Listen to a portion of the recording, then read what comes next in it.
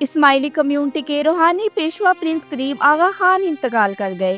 اعلامیے کے مطابق پرنس کریم آغا خان کا انتقال پرتگال کے دارالحکومت لسبن میں ہوا۔ ان کی عمر 88 برس تھی۔ انتقال کے وقت شاہ کریم کے اہل خانہ ان کے پاس موجود تھے۔ مولانا شاہ کریم الحسینی اسماعیلی کمیونٹی کے 49ویں امام تھے۔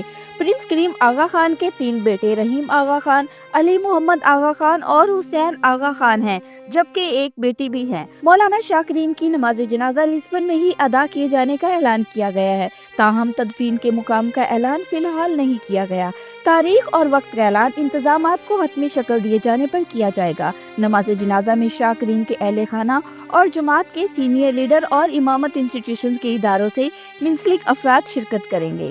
جماعت کے اراکین سے درخواست کی گئی ہے کہ جب تک انہیں مدعو نہ کیا جائے وہ نماز جنازہ میں ذاتی حیثیت میں شرکت کی کوشش نہ کریں۔ نماز جنازہ کو براہ راست دکھائے جانے کا اہتمام کیا جائے گا، جس کے بارے میں آگاہی دی جائے گی۔ دوسری جانب روایات کے تحت ان کے جانشین یعنی اسماعیلی کمیونٹی کے 50ویں حاضر امام کو نامزد کر دیا گیا ہے۔ اعلامیے کے مطابق جانشین کی نامزدگی پرنس کریم آغا خان نے اپنی وصیت میں کی تھی۔ پرنس کریم آغا خان کے اہل خانہ اور جماعت کے سینئر ارکان کی موجودگی میں یہ وصیت پڑھ کر سنائی جائے گی۔ اسماعیلی عقیدے کے مطابق کبھی ایسا نہیں ہوا کہ جماعت امام کے بغیر ہوئی ہو۔ جیسے ہی امام اس جسمانی دنیا سے رخصت اختیار کرتے ہیں، ان کی روحانی روشنی ان کے نامزد جانشین کو منتقل ہو جاتی ہے اور یہ سلسلہ 1400 برس سے قائم ہے۔ اعلامیے میں کہا گیا ہے کہ ایک ایسے موقع پر جبکہ اسماعیلی کمیونٹی مولانا شاہ کریم کی زندگی اور ان کے ورثہ کی تکریم کرتی ہے اور شکر گزار ہے، ساتھ ہی وہ حاضر امام کے نور اور محبت سے تحفظ کا احساس کرتی ہے۔